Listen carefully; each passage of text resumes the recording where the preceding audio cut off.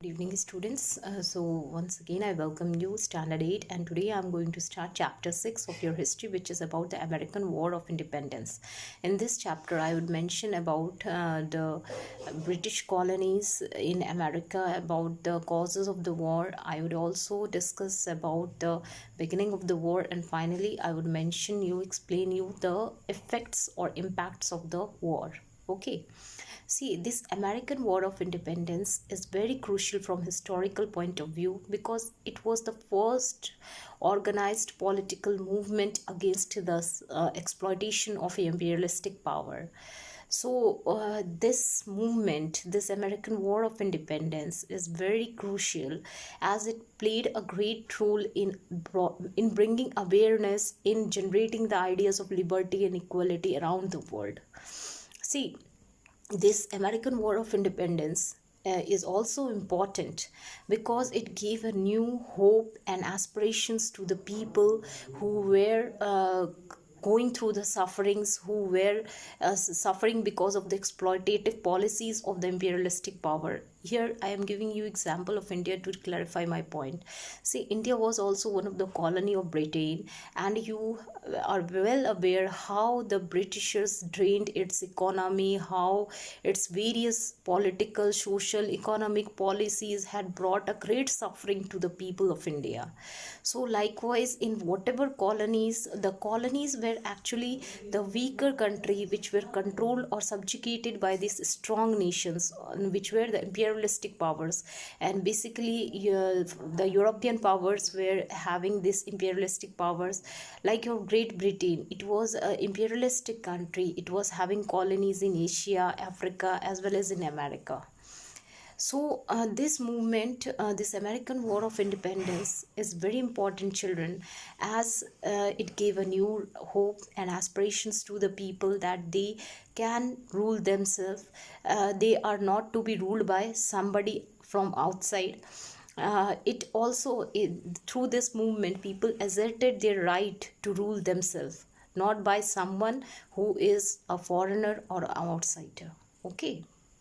Now, before moving to the causes of the war, I would like to mention you about the background of the colonies which were existing in America. See, in America, basically the colonies were they were colonies of not only Britain but also of your Holland, Spain, France. These European powers were also having their colonies in America.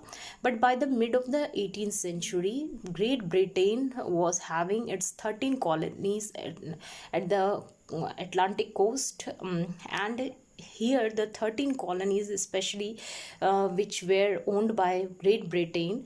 Basically, if you will see the colonies, these colonies were well developed agricultural settlements, which were these colonies were especially the agricultural settlements which were very developed. One was existing in the southern part, and in the northern part it was having its flourishing industries. So these colonies of America were a great source of income and wealth and of revenue for the Britain.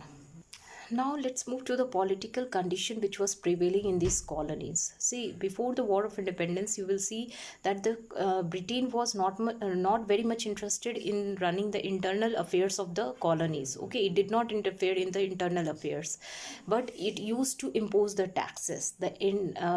Each colony had its own council, which was and this council was the representative of these councils were elected by the people, but the real power was existing in the hands of the governor, which were appointed by the British Parliament. But in that British Parliament, which was appointing the governors to the colonies, in that British Parliament, no representative from the colonies were existing. So ultimately here, just I'm giving you a comparison of a similar situation which was existing in India. After the first war of independence in 1857, when India came into the hands of British Queen and British Parliament, they often they used to have resistance. They had to face the resentment of the Indians So ultimately, to please the people, it started giving some of the opportunities, some of the it brought some of the policies which give power to the people, but at the local level.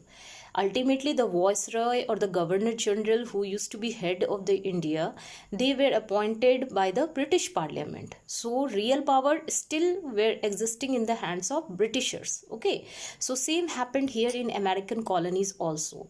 The real power was in the hands of governor, who was appointed by the British Parliament, which was not having any representative from these colonies. Okay, but the local affairs were run by the people of the colonies. See, these British navy, they used to protect the colonies from the attack of your Netherlands, France, Spain. So ultimately, they used to give the protection, and that's why sometimes they call themselves as the mother country also. Okay, so Britain was mother country to these colonies as it was providing protection to them from the other foreign powers. Now, you will see after the Treaty of Paris that was signed in 1763. Yes, Treaty of Paris was signed in 1763, and after this, when the France agreed to remove its control from Canada. Now the people of these colonies, they were free from the fear of attack of France, and now they can seriously think, they can work towards the independence. So from here the real story starts. Now I would discuss about the causes of the war. See, the first cause, the most important and vital cause behind the War of Independence. See, the most important reason is the colonial policy of the mother country, that is your England. The colonial policy was very exploitative one, because if you will look, as I had mentioned you, that the internal affairs were looked after by the local people, but the trade and commerce was entirely under the control of Britishers. Okay, now the British, see, whatever, please listen carefully, because it is very important to understand, because from here the reason starts why the people became very aggressive against the mother country or against England. See, trade and commerce were completely under the control of Britishers. Many exploitative policies were introduced by the Britishers, such as your Malthus Act. According to this act, which was introduced in 1764, the Malthus, which was brought from the other countries to their colonies, they were imposed with heavy taxes. Okay, second one is the colonies, the merchants of the colonies were not allowed to use the other ships for trade purposes. Other means they cannot use other ships other than your non-British ships. They can use only British ships for their trade purposes, not other than British ships cannot be used, can be used for the trading purpose. Next one is your, see, the goods which were brought by other countries or which came from the way to Europe, from Europe to colonies, like your sugar, tobacco, they were imposed with heavy taxes. The colonists, they cannot set up the industries. It was completely illegal for the colonists, or the people living in the colonies, to set up the industries which would compete the British companies or British industries. Another one is your Navigation Act. According to this act, Britishers got the monopoly they got the complete monopoly, especially over the trade and commerce, because of this act, and it was very exploitative one. It was one of the major reason of resentment among the public against the Britishers. No foreign vessel or ships were allowed to enter the ports of the colonies. See, only British ships were allowed to enter the ports of the colonies. So ultimately, if you look to these policies which were introduced by the Britishers, these were very exploitative. The economic policies were just introduced to serve the interest of the Britain, not of the people living in the colonies. So people raised their voice against this exploitation. Another reason, the next one is the commander of the armed vessels. They were empowered to search any ship on account of suspicion, and even they had the power to seize it. This was a step taken by the Britain to prevent smuggling. Now next one is your, see, whenever Britain required the money or revenue, it used to impose the taxes on its colonies. They thought they thought that it is natural for the colonies to share the burden of the mother country, because this mother country was giving the protection to the colonies. So ultimately, as you all know, that Britain for a long time was indulged in European wars. Because of the wars, the resources, the economy had been drained, and to recover its economy, to generate the income, to raise the revenue, now the Britishers started adopting the exploitative economic policies. They started imposing taxes, imposing heavy duties on the goods. So all these created frustration among the people living in the colonies.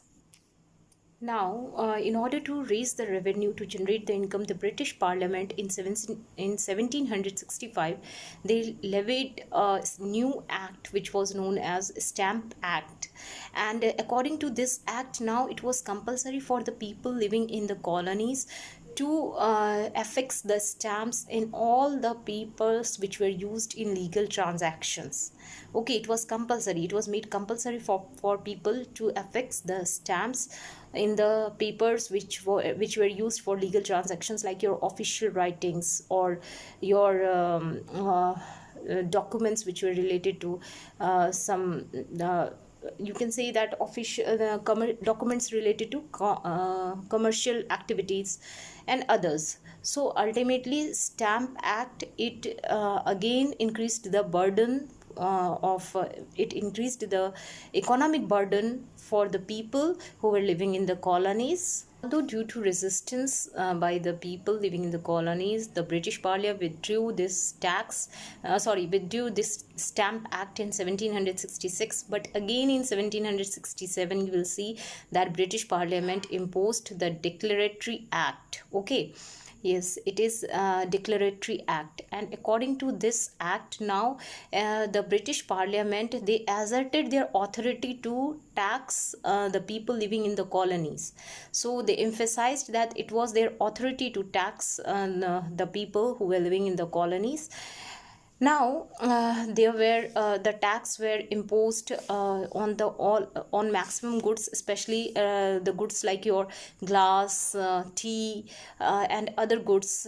Although because of the resentment of the public and because of the opposition, the British Parliament again withdraw this act, and the tax was that tax which was imposed on the items or the various goods, they were taken back by the British Parliament, except the tax which was levied on tea.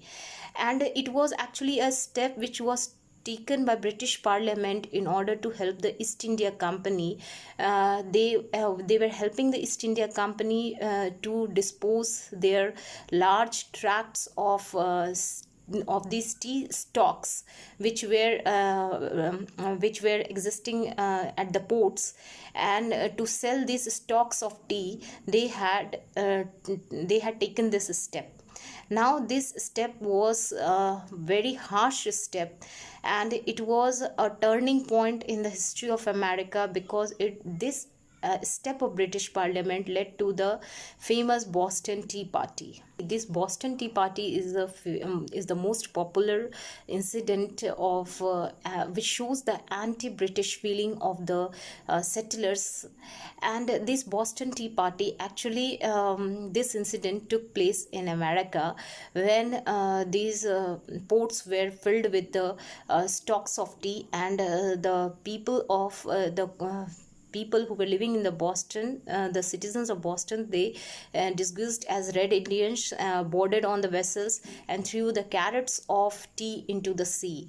Because of this action of the citizens of Boston, or the people living in the colonies, the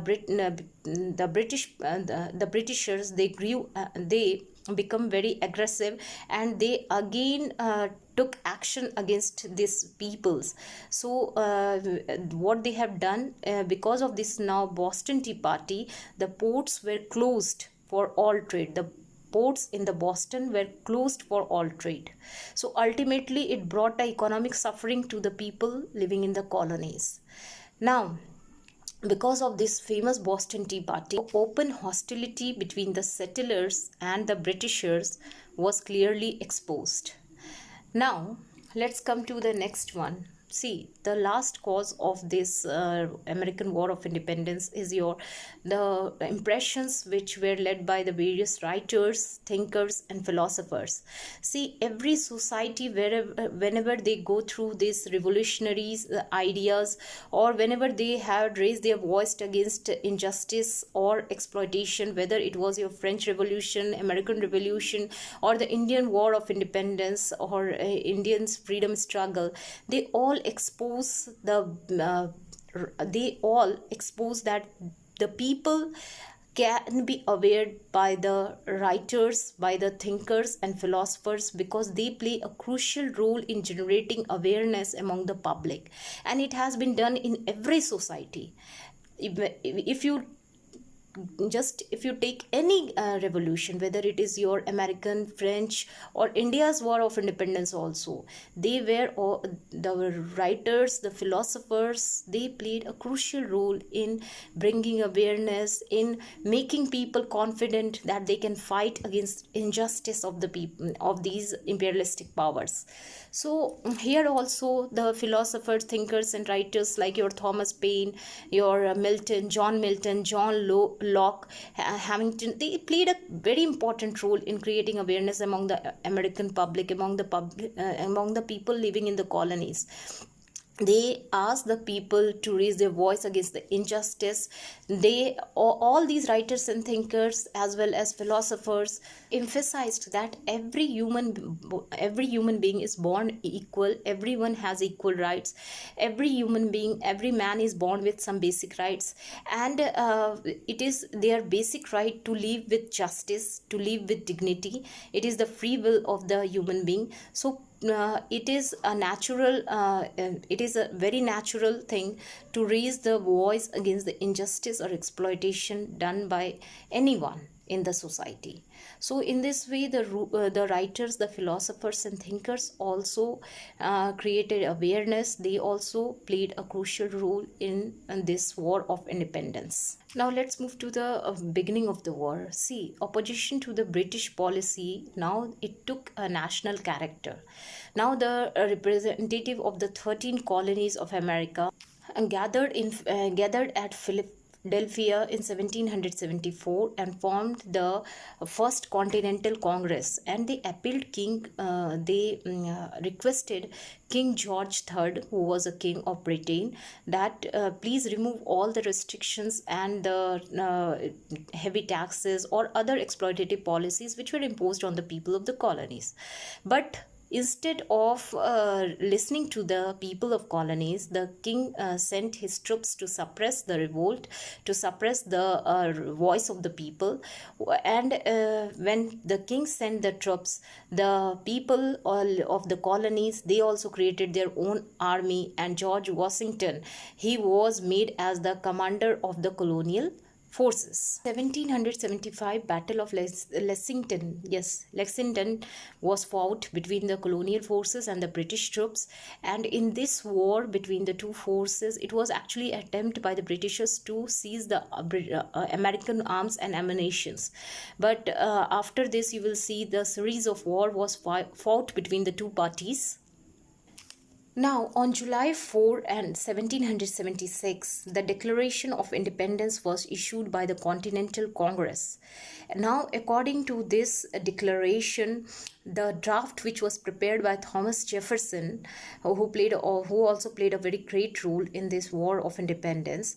According to this declaration, it is a famous Declaration of Independence, which says that all men are created equal, that these men who are born as equal, they are endowed with some certain basic rights which is inalienable, and these rights are consist of right to life, right to liberty, and pursuit of happiness.